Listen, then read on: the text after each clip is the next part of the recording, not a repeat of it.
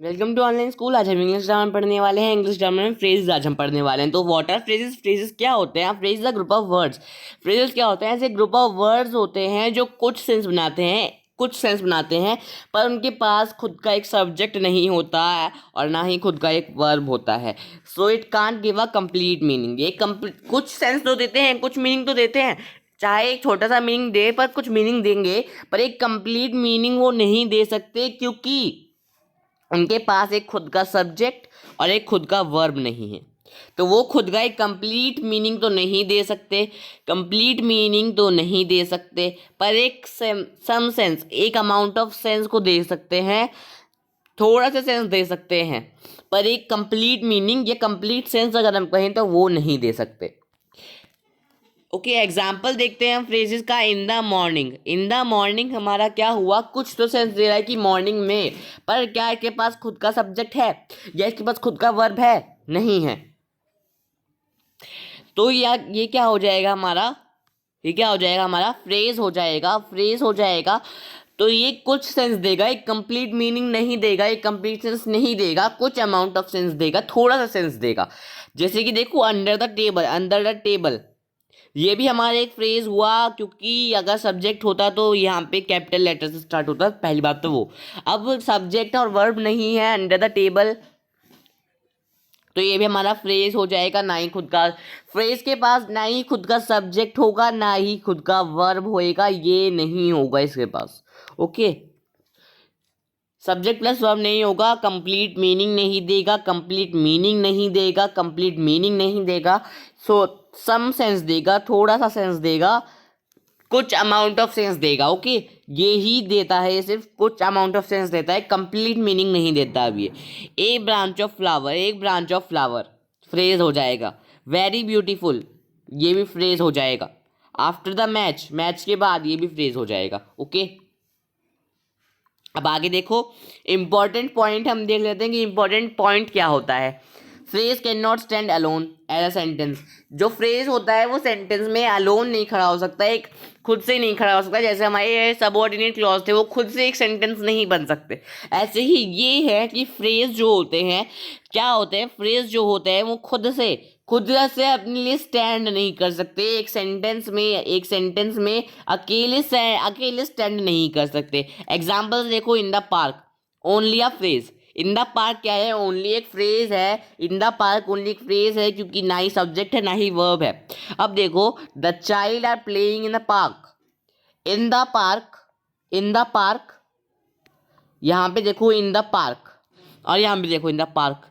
तो यहाँ पे इन द पार्क एक छोटी सी हमारी एक छोटे से ग्रुप ऑफ वर्ड है, एक छोटा सा ग्रुप ऑफ वर्ड है जो कि सेंटेंस में यूज किया जा रहा है, तो वो हमारा फ्रेज हो जाएगा। अब द चिल्ड्रंस आर प्लेइंग, तो यहाँ पे चिल्ड्रन हमारा सब्जेक्ट भी हो जाएगा और प्लेइंग हमारा वर्ब भी हो जाएगा। तो यहाँ पे ये हमारा क्लॉज भी हम इसे कह सकते हैं।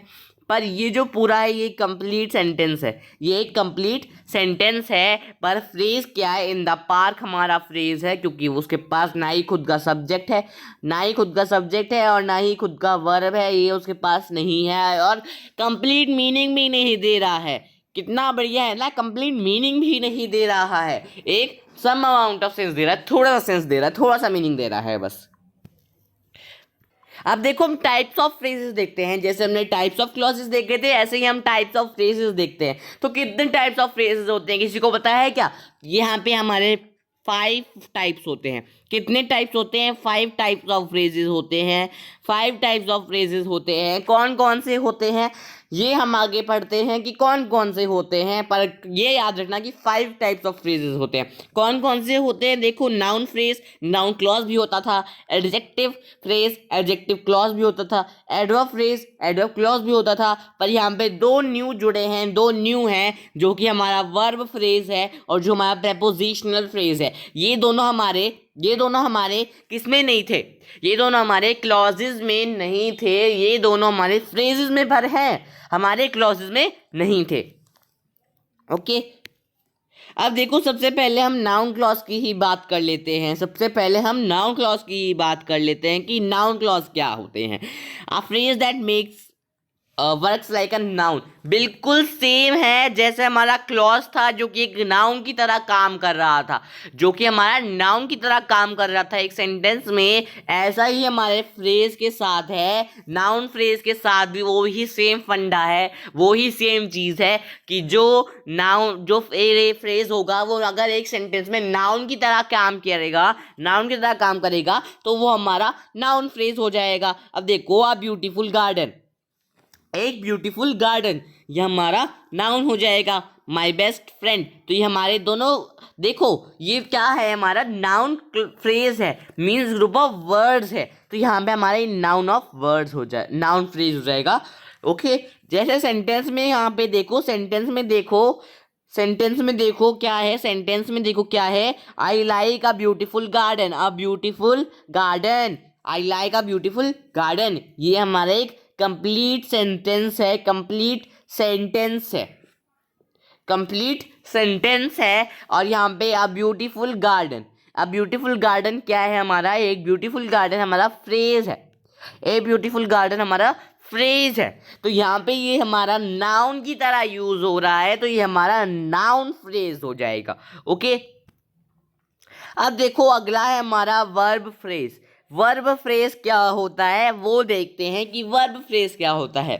A phrase that has a mean verb and helping verb, जिसके पास, जिस फ्रेज के पास एक मेन वर्ब, जिस फ्रेज के पास एक मेन वर्ब होगा और एक हेल्पिंग वर्ब होगा, मीन्स मतलब क्या है, main verb plus helping verb, main verb plus helping verb is equals to verb phrase, is equals to verb phrase. Example देखते हैं, तो इज प्लेइंग हमारा इज क्या हो जाएगा, इज क्या हो जाएगा, इज ये हमारा हेल्पिंग वर्ब हो जाएगा, और प्लेइंग क्या हो जाएगा, हमारा मेन वर्ब हो जाएगा। तो ये हमारा क्या हो जाएगा, main verb plus helping verb is equals to phrase, verb phrase. Has finished, तो हैज़ क्या हो जाएगा हमारा, हैज़ क्या हो जाएगा, हेल्पिंग वर्ब हो जाएगा, हेल्पिंग वर्ब हो जाएगा, और फिनिश्ड क्या हो जाएगा, मेन वर्ब हो जाएगा। तो main verb plus helping verb is equals to verb phrase. Okay, example देखो, अब सेंटेंस में एग्जाम्पल देखो, she is playing cricket, is playing क्या हो जाएगा, इज प्लेइंग क्या हो जाएगा, या इज प्लेइंग क्रिकेट ही देख लो, is playing, mainly is playing लो, इज प्लेइंग, तो ये क्या हो जाएगा हमारा वर्ब फ्रेज हो जाएगा। क्यों हो जाएगा, क्योंकि इज क्या हो जाएगा हमारा, इज क्या हो जाएगा, इज हो जाएगा हमारा हेल्पिंग वर्ब, इज हो जाएगा हमारा हेल्पिंग वर्ब, क्या हो जाएगा, हेल्पिंग वर्ब हो जाएगा। और प्लेइंग क्या हो जाएगा, ये प्लेइंग क्या होगा, ये हमारा मेन वर्ब हो जाएगा, मेन वर्ब हो जाएगा। तो helping verb plus main verb is equals to verb phrase. Okay, आगे देखते हैं। अब आ गया भाई हमारा एडजेक्टिव क्लॉज। एडजेक्टिव क्लॉज है, तो हमने देखो एडजेक्टिव क्लॉज भी हमने पढ़ा था, और एडजेक्टिव फ्रेज अब हमें पढ़ना है। क्या पढ़ना है, एडजेक्टिव फ्रेज अब हमें पढ़ना है। तो क्या करेगा, ऐसा फ्रेज होगा जो डिस्क्राइब करेगा नाउन और प्रोनाउन को, ऐसा फ्रेज होगा जो नाउन और या प्रोनाउन को डिस्क्राइब करेगा। अब देखो हमारा एडजेक्टिव क्लॉज क्या कहता था, एडजेक्टिव क्लॉज क्या कहता था, एडजेक्टिव क्लॉज भी यही कहता था कि वो डिस्क्राइब करेगा एक नाउन को या प्रोनाउन को, और यही हमारा एडजेक्टिव फ्रेज कहता है। मींस मतलब क्या हुआ कि एडजेक्टिव ही कहता है कि वो डिस्क्राइब करेगा, एडजेक्टिव ही कहता है कि वो डिस्क्राइब करेगा इन दोनों को, चाहे वो फ्रेज की तरह डिस्क्राइब करे या वो क्लॉज की तरह डिस्क्राइब करे, एडजेक्टिव है तो मतलब वो क्या करेगा, क्या करेगा, डिस्क्राइब ही करेगा नाउन और प्रोनाउन को, ये बात याद रखना। A phrase that describes a noun और प्रोनाउन को डिस्क्राइब करेगा। ओके, एग्जांपल देखो, फुल ऑफ जॉय, ये हमारा फ्रेज है। वेरी काइंड, ये हमारा फ्रेज है। अगर ये नाउन या प्रोनाउन को डिस्क्राइब करता है तो ये हमारा एडजेक्टिव फ्रेज बन जाएगा। जैसे देखो सेंटेंस में एग्जांपल देखो, सेंटेंस में एक बार एग्जांपल देखो, she is very kind, she क्या हो गया, शी क्या हो गया, प्रोनाउन हो गया, शी क्या हो गया, प्रोनाउन हो गया। वेरी काइंड क्या हो गया, वेरी काइंड क्या हो गया हमारा एडजेक्टिव क्लॉज हो गया। क्यों हो गया एडजेक्टिव क्लॉज? यहाँ पे देखो वेरी काइंड लिखा हुआ है already. She is very kind, very kind क्यों हो गया? डिस्क्राइब कर रहा है उसे। शी जो हमारा प्रोनाउन है, शी जो हमारा प्रोनाउन है उसको डिस्क्राइब कर रहा है, उसको डिस्क्राइब कर रहा है, तो ये हमारा एडजेक्टिव फ्रेज बन जाएगा ऑटोमेटिकली। ओके, अब देखो एडवर्ब क्लॉज की अगर हम बात करें तो, एडवर्ब क्लॉज की अगर हम बात करें तो क्या आता है हमारे में कि वो डिस्क्राइब, वो हमारे वर्ब को मॉडिफाई कर देगा, है ना, यही आता है हमारे में। तो ये देखो, a phrase that describes verb, adjective और एडवर्ब, मतलब क्या है कि वर्ब को तो करेगा ही करेगा, एडजेक्टिव को भी करेगा, और एडवर्ब को भी खुद कर सकता है, एडवर्ब को भी खुद कर सकता है। तो यहाँ पे एग्जाम्पल देखो, वेरी स्लोली, वेरी स्लोली बहुत धीरे, इन अ हरी बहुत ही जल्दी में। अब यहाँ पे देखो सेंटेंस में एग्जाम्पल देखो, ये हटाना पड़ेगा। ही वॉक्ड वेरी स्लोली, ही वॉक्ड वेरी स्लोली, तो यहाँ पे वेरी स्लोली क्या हो जाएगा? यहाँ पे वेरी स्लोली क्या हो जाएगा? ये वॉक्ड क्या है? पहले तो ये बताओ, ये हमारा वॉक्ड क्या है? ये वॉक्ड हमारा वर्ब है, ये वॉक्ड क्या है? हमारा वर्ब है। और वेरी स्लोली क्या कर रहा है? डिस्क्राइब कर रहा है वर्ब को, डिस्क्राइब कर रहा है वर्ब को। अगर वर्ब को डिस्क्राइब कर रहा है तो ये हमारा एडवर्ब फ्रेज हो जाएगा। अब देखो लास्ट की तरफ बढ़ते हैं, तो हमारा लास्ट क्या है? हमारा लास्ट है प्रेपोजिशनल फ्रेज। क्या है? प्रेपोजिशनल फ्रेज जो है हमारा लास्ट फ्रेज है। ओके, तो इसको हम पढ़ते हैं कि प्रेपोजिशनल फ्रेज क्या होते हैं। तो a phrase that being with a preposition, एक प्रेपोजिशन के साथ जो फ्रेज स्टार्ट होगा, मतलब क्या हुआ? एक प्रेपोजिशन जैसे अंडर क्या हो गया? हमारा प्रेपोजिशन हो गया। और प्रेपोजिशन के साथ अगर कोई फ्रेज स्टार्ट हो रहा है, जैसे अंडर द टेबल है, तो ये हमारा पूरा फ्रेज है, पर जो अंडर है ये हमारा प्रेपोजिशन है, अंडर हमारा प्रेपोजिशन है। तो ये प्रेपोजिशन के साथ स्टार्ट हो रहा है, तो ये हमारा प्रेपोजिशनल फ्रेज हो जाएगा। जैसे कि देखो, इन द मॉर्निंग, इन हमारा प्रेपोजिशन है, तो ये भी हमारा प्रेपोजिशनल फ्रेज हो जाएगा। सेंटेंस देखो, सेंटेंस क्या है? The cat is under the table, the cat is under the table, तो ये अंडर द टेबल जो है हमारा, अंडर द टेबल, ये क्या है? हमारा प्रेपोजिशनल फ्रेज है। क्यों है प्रेपोजिशनल फ्रेज? ये देखो, क्योंकि यहाँ पे स्टार्ट किससे हो रहा है? अंडर से स्टार्ट हो रहा है। किससे स्टार्ट हो रहा है? अंडर से स्टार्ट हो रहा है। अब अंडर क्या है? अंडर हमारा प्रेपोजिशन है, अंडर हमारा प्रेपोजिशन है। तो अगर कोई फ्रेज प्रेपोजिशन से स्टार्ट होता है तो वहाँ प्रेपोजिशनल फ्रेज होता है, ये याद रखना।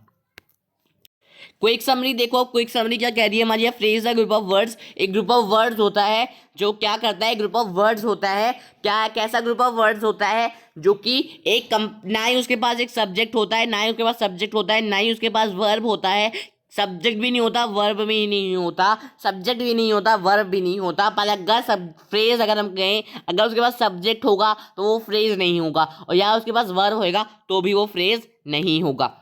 वर्ब फ्रेज थोड़ा अलग हो जाता है, पर उसके पास ना ही कोई फाइनाइट वर्ब होगी और ना ही उसके पास कोई सब्जेक्ट होगा, जैसे in the room, very happy, या ब्रांच ऑफ फ्लावर्स। ओके, आगे देखो टाइप्स ऑफ फ्रेजेस देखो। Noun phrase works as a noun की तरह वर्क करेगा।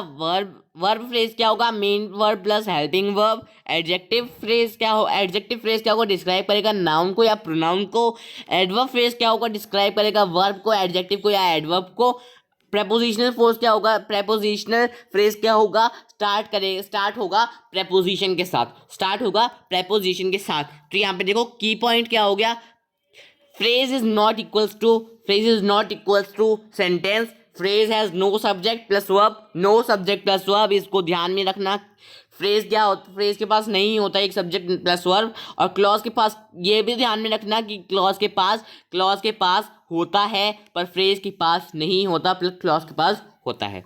ओके अब आगे देखो क्वेश्चंस है हमारे, कुछ क्वेश्चन है। Identify the type of clauses, identify the types of clauses, ये आपका होमवर्क है क्योंकि हमने अच्छे से पढ़ा है। ये आप होमवर्क में अच्छे से कर सकते हैं, इसे ज़रूर कर लेना, पता चल जाएगा आपको समझ आया नहीं आया। ओके अब देखो फ्रेज है या क्लॉज है, फ्रेज है या क्लॉज है, ये भी आपका होमवर्क है। ये दोनों हमने पढ़ लिए हैं, ये दोनों हमने बहुत अच्छे से पढ़े हैं, ये भी आपका होमवर्क है। दोनों में बताना है कि फ्रेज कौन सा है और क्लॉज कौन सा है, दोनों हमने अच्छे से पढ़े हैं, ये आपका होमवर्क है। Thank you so much. अगली वीडियो में मिलेंगे किसी अगले टॉपिक के साथ, तब तो जुड़े रहिए। Thank you so much. अगर कोई डाउट है तो feel free to ask in comment section.